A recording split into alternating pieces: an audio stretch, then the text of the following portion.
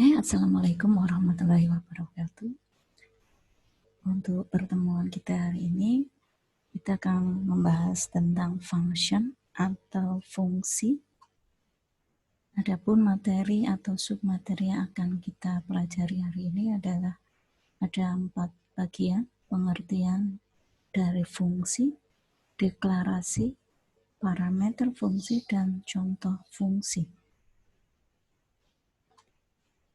Deklarasi dari fungsi, maksud saya definisinya, suatu kumpulan instruksi atau perintah program yang dikelompokkan menjadi satu, terpisah dari program yang menggunakan fungsi tersebut, memiliki nama tertentu yang unik, dan digunakan untuk mengerjakan suatu tujuan tertentu. Dan fungsi yang selalu ada pada program C++ adalah fungsi utama, yaitu main. Kemudian macam-macam fungsi. Yang pertama adalah standard library function, yaitu fungsi yang telah disediakan oleh sistem atau C dalam file header atau library-nya. Kalau kita terapkan, kita menggunakan sebagai contoh ya, kita terapkan yaitu Conio. Maka untuk menggunakan Conio kita libatkan tanda seperti ini, kemudian include. Itu disebut sebagai standard library function. Yang kedua adalah programmer defined function. Function atau fungsi yang dibuat oleh programmer sendiri. Nah, ini yang akan kita bahas hari ini. Di mana fungsi tersebut memiliki nama tertentu yang unik dalam program. Unik maksudnya berbeda satu dengan yang lainnya. Kemudian letaknya terpisah dari program utama, artinya terpisah dari main, dan bisa dijadikan satu ke dalam suatu library.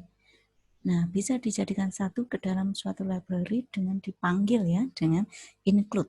Nah, tapi kita tidak akan bahas untuk menjadikan satu di dalam library-nya. Itu mungkin di semester lanjut. Yang akan kita bahas adalah bagaimana membuat fungsi. Oke, sebelum masuk ke bagaimana membuat fungsi itu sendiri, ada beberapa tipe fungsi. Yang pertama adalah void, yaitu fungsi tanpa nilai balik. Kemudian yang kedua adalah non-void atau bukan void. Contoh int atau integer, float, char, dan lain-lain. Berfungsi, fungsi tersebut adalah fungsi dengan nilai balik. Tanpa nilai balik dan dengan nilai balik, silakan bisa dieksplor sendiri ya. Intinya tanpa nilai balik berarti tidak mengembalikan nilai dari hasil perhitungan, dan itu langsung selesai. Tapi kalau dengan menggunakan nilai balik akan mengembalikan nilai sesuai dengan tipe fungsinya, dan nilai tersebut akan bisa digunakan lagi gitu ya. Intinya begitu. Kemudian untuk void biasa disebut juga prosedur. Kalau Anda mempelajari bahasa pemrograman yang lain, bisa juga Anda menemukan tentang prosedur. Nah, ini bisa dibaca sendiri. Kemudian salah satu cirinya adalah tidak adanya keyword return. Tidak ada keyword return. Ya. Kemudian untuk yang no void, di sini ada keyword return. Selebihnya bisa dibaca sendiri. Kemudian dalam membuat fungsi kita harus bisa merancang bagaimana atau apa sih yang harus kita perlukan di dalam membuat fungsi. Yang pertama adalah data, yang kedua adalah informasi, yang ketiga adalah algoritma. Data berhubungan dengan value ataupun image ataupun angka ataupun simbol yang diperlukan sebagai inputan atau biasa kita sebut sebagai variabel input. Kemudian informasi.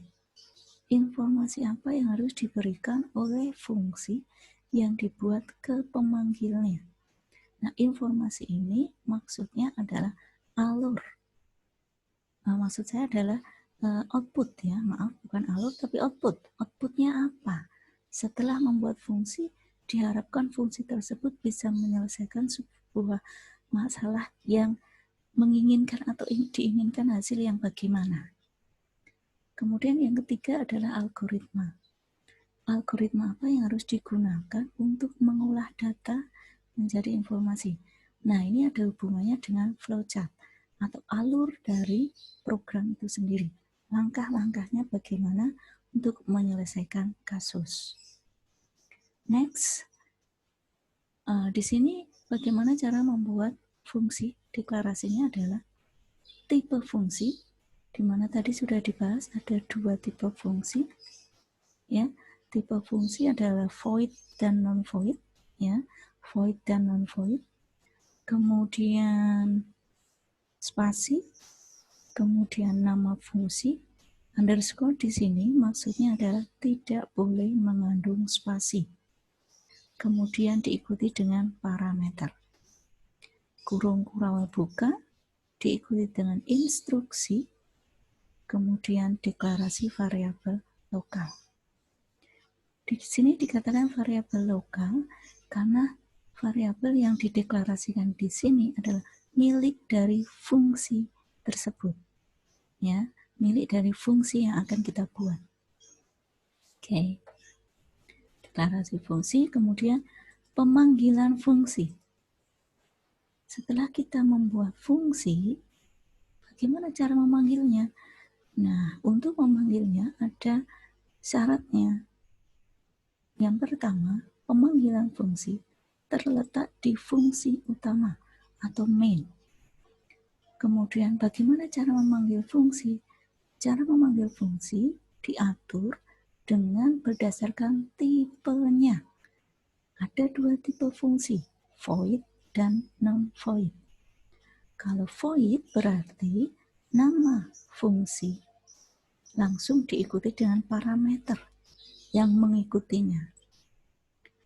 Kemudian apabila fungsi tipenya bukan void, maka bagaimana cara memanggilnya? Yaitu dengan cara formatnya nama variabel sama dengan nama fungsi diikuti parameter. Tentu saja parameter ini bisa ada, bisa tidak, tergantung fungsinya.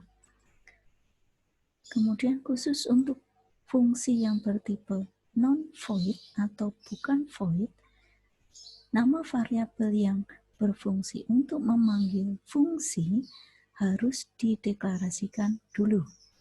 Dan tipenya harus sama dengan tipe output fungsi. Nah, untuk sementara ini mudah-mudahan bisa dipahami ya. Nah, kemudian kita masuk contoh pertama. Ya, coba dilihat dulu contoh yang pertama di sini.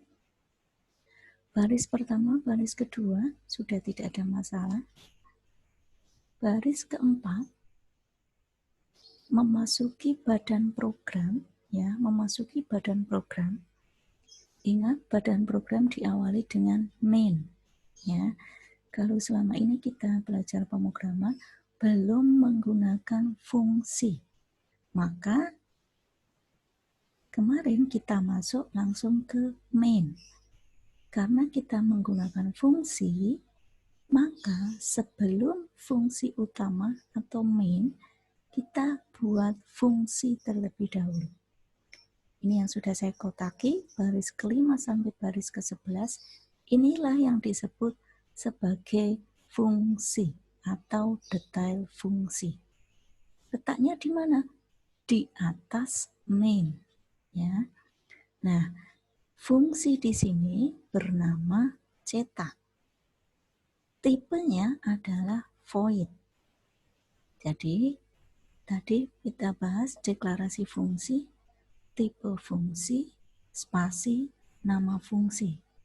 Berarti di sini void adalah tipe fungsi, cetak adalah nama fungsi. Kemudian kurung kurawal buka, jangan lupa kurung kurawal tutup. Nah, di dalam fungsi tersebut kita ngapain? Nah, di sini fungsi cetak adalah bermaksud untuk menampilkan teks, yaitu aku pasti bisa, sebanyak 10 kali. Di sini menggunakan proses perulangan. Yang paling mudah aja kita gunakan for. For I indeks sama dengan 1 sampai I kurang sama dengan 10, ya. Apa yang diulang? Cout teks ke I, aku pasti bisa. Kemudian kurung kurawal tutup artinya fungsi selesai. Tidak ada instruksi lagi. Kalau sudah selesai, kita masuk ke fungsi utama, yaitu main. Di dalam main, lakukan seperti biasa kita membuat program sebelum-sebelumnya. Nah, di dalam fungsi utama ini terdapat pemanggilan fungsi. Nah, untuk pemanggilan fungsi, tadi sudah ada di slide sebelumnya, yang di sini, disesuaikan dengan tipe fungsinya. Karena di sini tipenya adalah void, maka untuk memanggil fungsi cukup tuliskan saja nama fungsinya, yaitu cetak. Kemudian ikuti parameternya. Karena di dalam kurung biasa di sini belum ada parameter, maka di sini juga tidak ada. Sehingga untuk memanggil fungsi cukup ketikkan cetak, kurung buka biasa, kurung tutup biasa, titik koma, jangan lupa. Selanjutnya catch. Nah, itu adalah contoh yang sangat sederhana bagaimana membuat fungsi. Oke. Sehingga hasilnya kalau kita running akan seperti ini. Teks ke I, teks ke 1, aku pasti bisa. Teks kedua, aku pasti bisa sampai teks ke 10, karena tadi maksimal adalah 10. Ya, oke. Sekali lagi di sini, di dalam membuat fungsi, letaknya adalah di atas atau sebelum main. Di atas atau sebelum main. Kemudian untuk memanggil fungsi, perhatikan tipe fungsinya, void atau non-void. Kalau void bagaimana? Non-void bagaimana? Ada di slide sebelumnya. Ya, kita masuk ke contoh 2. Contoh 2 di sini berbasis matematis ya. Bagaimana cara kita menghitung luas trapesium? Tentu saja untuk menghitung luas trapesium, syarat utama adalah harus tahu rumusnya. Nah, dari dulu sampai sekarang rumusnya saya ini. Apabila Anda menemukan yang lain, silakan. Ya. Luas sama dengan 0,5 kali panjang atas ditambah panjang bawah kali tinggi. Di sini ada gambar trapesium. Nah, di dalam gambar trapesium kita pilih mana sih panjang atas, mana panjang bawah, dan mana tinggi. Oke, kalau sudah ketemu, di sini panjang atas, di sini panjang bawah. Next, selanjutnya, bagaimana cara menghitung luasnya? Ada langkah-langkahnya, ya. Langkah yang pertama, kita buat dulu fungsi trapesium. Ya, kita buat dulu fungsi trapesium. Nah, kita perbesar saja. Fungsi trapesium di sini kita tentukan dulu sifat fungsi atau tipe fungsi adalah void. Ya, tipe fungsi adalah void. Sehingga kita masukkan, ingat, fungsi terletak di atas main. Sehingga setelah kita buat headernya, kemudian using namespace, kita ketikkan fungsinya. Karena tipenya void, kita tuliskan void, kemudian spasi, kemudian nama fungsi, sebagai contoh di sini luas, kurung kurawal buka, kurung kurawal tutup. Di sini ada beberapa variabel, ya, luas, PA, PB, dan T. Luas yang diikuti dengan tanda seperti ini, tanda dan seperti ini, atau ampersand di sini, mengindikasikan bahwa luas adalah variabel output. Kemudian PA sebagai variabel panjang atas, PB sebagai panjang bawah, dan T sebagai tinggi. Sekali lagi, di sini tipe fungsi adalah void. Kemudian nama fungsi adalah luas. Kemudian parameter, ya, parameter yang mengikuti fungsi tersebut terdiri dari 4 variabel. Yang pertama, luas, diikuti dengan tanda ampersand atau tanda dan, mengindikasikan bahwa luas adalah variabel output dengan bertipe data float. Kemudian 3 yang lain, PA, PB, dan T adalah variabel input. Sehingga untuk mendeklarasikan parameter di dalam fungsi yang bertipe void, maka harus ada variabel outputnya dan diberi tanda seperti ini. Oke, setelah itu kurung kurawal buka, kita ketikkan nama variabel outputnya tadi apa? Di sini luas, L besar, maka luas sama dengan rumusnya kita tuliskan. Setengah kali panjang atas plus panjang bawah dikali tinggi. Selesai. Fungsi untuk menghitung luas trapesium selesai. Maka ditutup, kurung kurawal tutup. Langkah berikutnya setelah kita membuat fungsi luas trapesium, kita harus memasukkan fungsi tersebut ke dalam main atau fungsi utama. Nah, maka kita tuliskan main, kita masuk ke fungsi utama. Di dalam fungsi utama, langkah-langkahnya tidak berbeda pada saat Anda membuat program sebelumnya. Ya, yang pertama adalah deklarasi variabel. Di sini kita deklarasikan variabel input dan variabel output. Di sini variabel input PA, PB, dan T, kemudian output adalah luas. Sehingga kita tuliskan di sini variabel input PA, PB, dan T. Kemudian luas adalah variabel output. Kemudian kita buat judulnya. Setelah itu kita buat statement untuk menginputkan elemen. Cout masukkan panjang atas, Cin PA. Cout masukkan panjang bawah, Cin PB. Cout masukkan tinggi, Cin T. Nah, setelah kita membuat statement atau pernyataan input, maka kita buat rumusnya, ya. Di mana rumusnya ini adalah memanggil fungsi. Oke, untuk memanggil fungsi disesuaikan dengan tipe fungsinya. Sekali lagi, luas tadi bertipe void.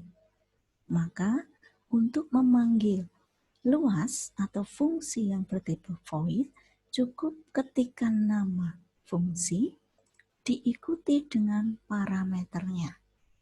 Dan parameternya ini diusahakan harus berurutan. Berurutan dari pada saat Anda membuat urutan di sini. Luas, PA, PB, T. Maka di sini nama fungsinya luas, parameter yang pertama luas, ingat L besar untuk outputnya, kemudian PA, PB, kemudian T. Jangan lupa titik koma. Selanjutnya, apa yaitu kita tampilkan hasilnya. Ya, untuk menampilkan hasilnya, kita ketikkan Cout luas trapesium sama dengan luas cm persegi. Ya, oke. Hasilnya bisa dilihat, nanti dicoba sendiri seperti ini. Kemudian contoh yang ketiga. Contoh ketiga ini masih void dengan kasus menghitung luas persegi panjang. Sekali lagi, kita harus tahu rumusnya. Apa sih luas persegi panjang? Yaitu panjang kali lebar. Ya. Sama seperti contoh 2 tadi, kita buat fungsinya sebelum main. Tipe fungsi adalah void, nama fungsi luas, L kecil, parameter yang mengikutinya tergantung dari tipe fungsi. Karena di sini void, maka parameter yang mengikutinya di sini harus ada outputnya. Dan output diawali tanda simbol dan. Oke. Di sini bisa kita baca, kita telaah ya bahwa LS adalah variabel output, sedangkan P dan L adalah variabel input. Setelah itu kita tuliskan LS sama dengan P kali L. Setelah membuat fungsi, langkah selanjutnya adalah memanggil fungsi. Nah, untuk memanggil fungsi, kita masuk ke main. Untuk memanggil fungsi, kita perlukan variabel. Nah, deklarasikan variabel PC, LB, HSL. Kalau tadi kita buat di sini LS, P, dan L, di sini kita rubah PC, LB, dan HSL. Apakah boleh? Boleh. Nama variabel boleh berbeda. Ya, karena variabel ini milik main, ya. PC berarti untuk panjang, LB untuk lebar, HSL untuk hasil atau luas. Kemudian kita buat statement input panjang Cin PC. Cin PC sesuaikan dengan variabel di atasnya, bukan dari variabel fungsi, ya. Kemudian lebar Cin LB. Kemudian baris ke-17 adalah memanggil fungsinya. Ingat, tipe fungsi adalah void, maka tuliskan nama fungsi, kemudian variabel yang mengikutinya. Atau parameter ya. Parameternya juga disesuaikan. HSL dulu, PC, kemudian LB. Sehingga kita tentukan luasnya adalah HSL. Oke. Kita analisa dulu. Variabel input P dan L, ya kan? Kemudian variabel output adalah LS. Ya, di sini variabel input adalah P dan L, variabel output adalah LS. Karena outputnya ada satu variabel, yaitu hanya luas atau LS, maka kasus tersebut bisa dibuat dengan fungsi bertipe void atau non-void. Sekali lagi, jika outputnya hanya ada satu variabel, maka bisa diselesaikan dengan void atau non-void. Oke, sekarang kita masuk ke yang non-void. Ya, ke yang non-void ya. Kalau tadi void, sekarang non-void, masih sama kasusnya, yaitu menghitung luas persegi panjang. Langkah-langkahnya masih sama, kita buat luas, maksud saya fungsi luas, di atas main, sebelum main. Karena di sini tipenya non-void, maka harus kita tulis tipenya apa. Sebagai contoh, di sini fungsi luas bertipe integer. Maka kita tuliskan int luas. Kemudian kurung buka, kurung tutup di sini. Di dalamnya adalah berisi parameter.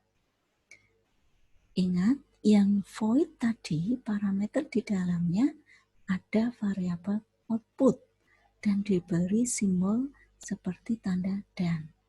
Tetapi untuk non-void tidak ada variabel output. Yang ada hanya variabel input. Sekali lagi tolong diingat, untuk non-void parameter yang mengikuti di dalam fungsi tidak ada variabel output. Semua adalah input.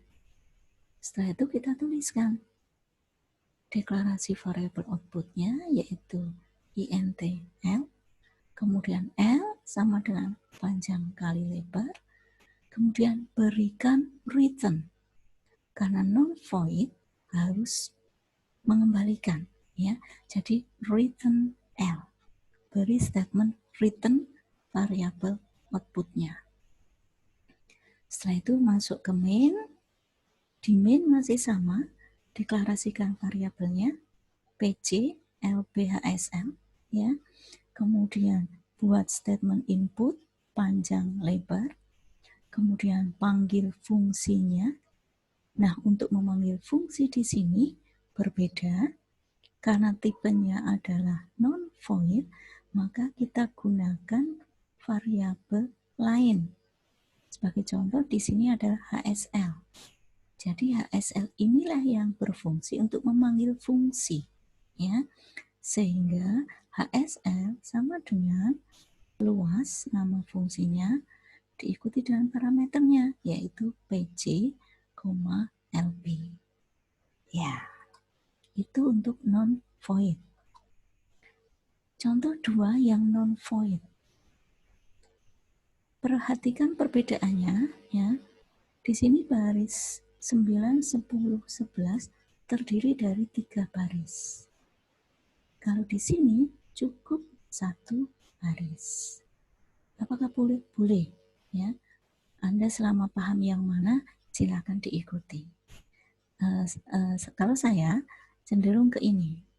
Untuk permulaan dulu. Kalau Anda sudah mahir, silakan bisa yang ini. Oke.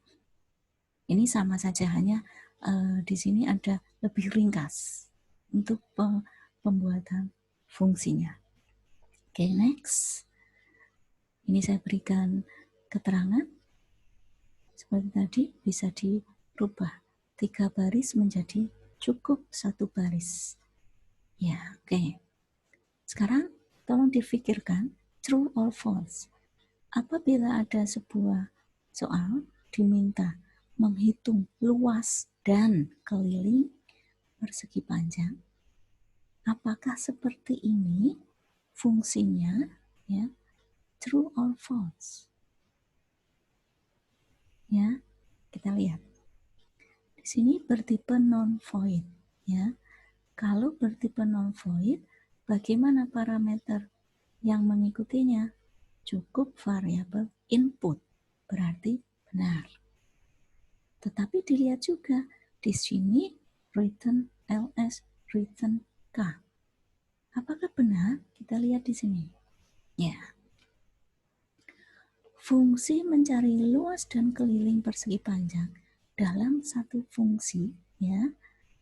Maka ada 2 output, yaitu luas dan keliling. Karena outputnya ada 2 variabel, maka kasus tersebut hanya dapat dibuat dengan fungsi bertipe void. Ya, sekali lagi, kalau outputnya 2, maka harus void. Ya, bagaimana jawabannya? Di sini jawabannya, kita akan menghitung luas dan keliling persegi panjang. Luas dan keliling dalam satu fungsi. Sehingga fungsinya harus bertipe void. Void, spasi, nama fungsi, kemudian parameter yang mengikutinya, jangan lupa karena bertipe void, maka harus ada variabel output dan diawali dengan simbol dan. Sehingga ada dua output, yaitu luas dan keliling, LS dan KL. Ya, kita tulis di sini LS rumusnya, KL rumusnya ditulis. Setelah itu kita masuk ke main. Di dalam main, seperti biasa, deklarasi variabel, kemudian statement input, kemudian panggil fungsinya. Di sini untuk memanggil fungsi, sesuaikan dengan tipe fungsi. Karena void, cukup tuliskan nama fungsinya. Luas ke diikuti parameternya. Sekali lagi, tolong diingat, kalau memanggil fungsi terletak di dalam main. Dan untuk memanggil fungsi disesuaikan tipe fungsinya. Oke, ini adalah dua variabel output di dalam satu fungsi dan harus diselesaikan dengan menggunakan void. Oke. Next, ini adalah kerangka programnya ya. Di sini kerangka program untuk membuat fungsi ya. Oke. Next. Oke. Telah selesai materinya, yaitu tentang fungsi. Silakan dipahami lagi. Untuk hari ini silakan coba fungsi. Nanti soal akan saya share. Di sini saya cukupkan sekian. Saya akhiri. Selamat berpuasa ya. Terima kasih. Wassalamualaikum warahmatullahi wabarakatuh.